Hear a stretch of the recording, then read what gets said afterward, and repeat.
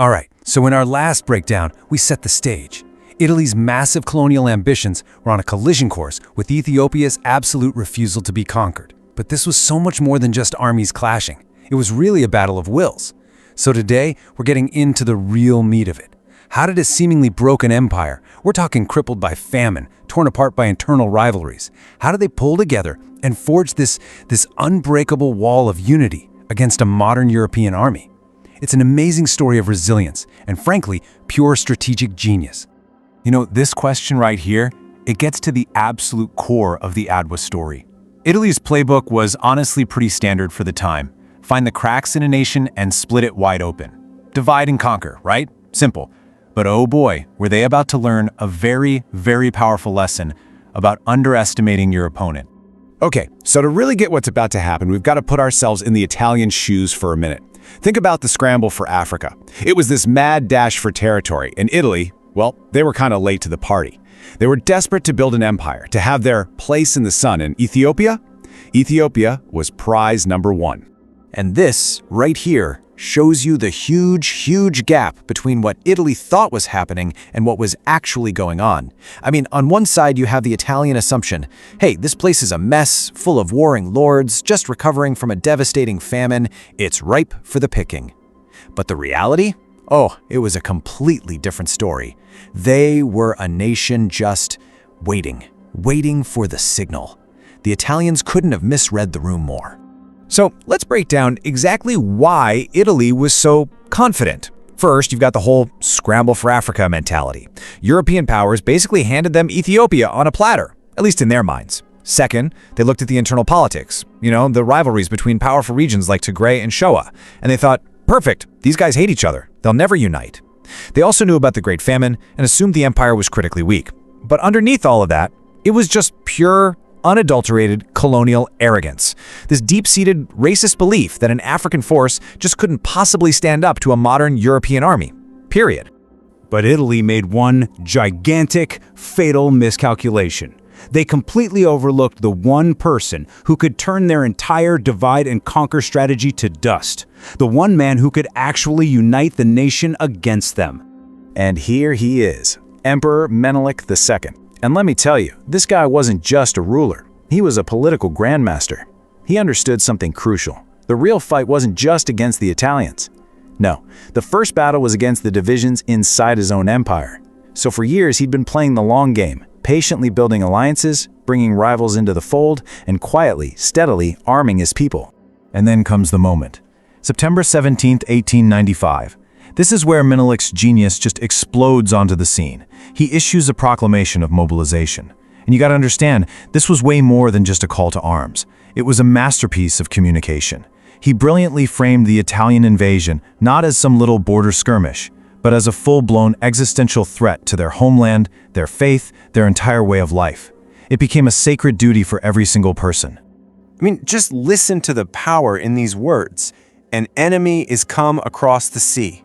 I will defend the inheritance of my forefathers. It's pure poetry, but it's also incredibly strategic. He's tapping right into the soul of the Ethiopian people, their deep Christian faith, their immense pride in a history of independence that goes back millennia, and this profound duty to their ancestors. All of a sudden, this isn't about some regional lord's squabble anymore. This is about survival. So Menelik throws down this powerful, emotional call to arms. And the response? It was absolutely staggering. I mean, it was something the Italians and frankly the rest of the world thought was completely impossible. The scale of it is it's breathtaking. Just look at that number. Over 100,000 warriors. And we need to be clear, this wasn't some perfectly drilled professional standing army in the European sense. No, this was a nation itself, getting up and walking. It was a human tidal wave of patriots pouring in from every single corner of the empire, all marching for one reason, to defend their freedom. And if you want proof of just how impossible this unity was, look no further. This chart says it all. We're talking about guys who were bitter historical rivals, like Ras Mengesha and Ras Alula from Tigray, setting aside decades of bad blood to fight for Menelik. You've got Ras Makonnen from Harar, Ras Mikhail leading the powerful Willow Aroma cavalry, Negos Tekle Haymanot from Gojam. It was an incredible, unprecedented coalition of different peoples. Italy placed a bet on division, and Ethiopia called their bluff with an unbreakable union. And let's be real, at the very heart of this resistance was the absolutely formidable Empress Taitu Batul. She was no mere figurehead. We're talking about a brilliant military strategist, a sharp political mind who fiercely opposed any compromise with the Italians, and, get this, she commanded her own army. Her quote says it all: "This shall never be." She was an absolute powerhouse and the living embodiment of Ethiopia's defiant soul. This image for me just captures the whole spirit of it perfectly. What you're seeing isn't just an army. It's Ethiopia itself. It's a living, breathing mosaic of all these different peoples, all united by one single, incredibly powerful idea. We will be free. Okay, so the army's assembled. Over 100,000 strong, absolutely incredible. But now comes the really hard part. How do you move and feed a force that massive for hundreds and hundreds of miles through rugged terrain? It was a logistical nightmare that should have been impossible. But what they pulled off, it was a masterpiece. And this timeline really shows you Menelik's strategic mind at work. He wasn't rushing. This was a patient, deliberate game of chess. The proclamation goes out in September. By October, the Great March begins. Notice how they converge at Lake Asenje in December. That's a key moment where the army swells to its full size. They don't just charge in. They establish a base, they wait, they use the march itself as a weapon, gathering strength and intelligence. By the time they're near Adwa, they are a massive, well-fed, and perfectly positioned force, completely outmaneuvering the Italians. But here's the thing. The soldiers on the front line couldn't have done any of this alone. Behind them was what you could call the unseen army. This was the true backbone of the entire campaign. We're talking about peasants providing food and, crucially, intelligence on Italian movements.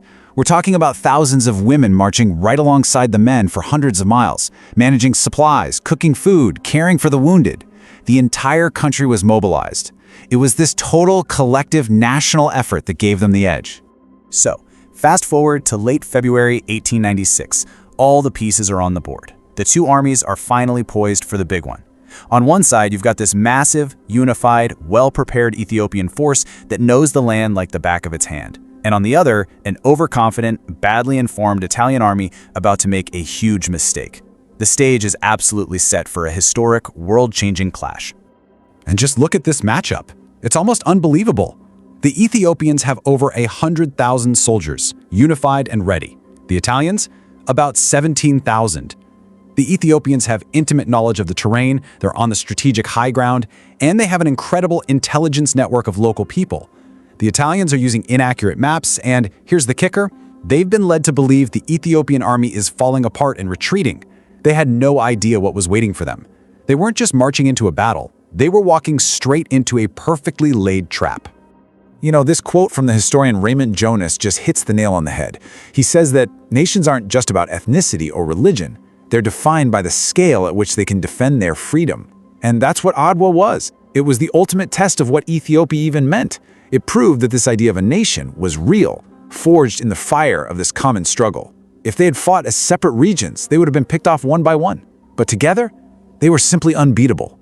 So there you have it. The shield was forged, a human shield, over 100,000 strong, built from the unity of an ancient empire. And coming right at it was the sword, Italy's modern, confident European army. So what happens when that sword meets that shield? The whole world was about to find out.